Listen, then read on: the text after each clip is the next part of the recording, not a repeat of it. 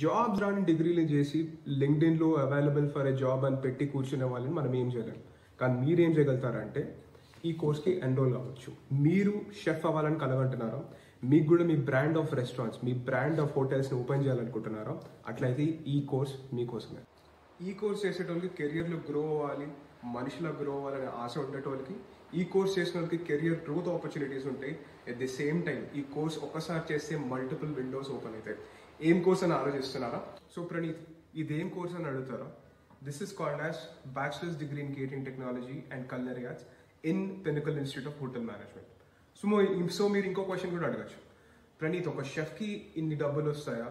Chef అంటే ఏముంది, ఒక స్టవ్ ముందు నించొని బజ్జీలు వేయటం లేదా పునుగులు వేయటం లేదా పెద్ద పెద్ద హాండిల్లో బిర్యానీలు చేసి అమ్మడమే కదా అని అనుకుని ఉండొచ్చు.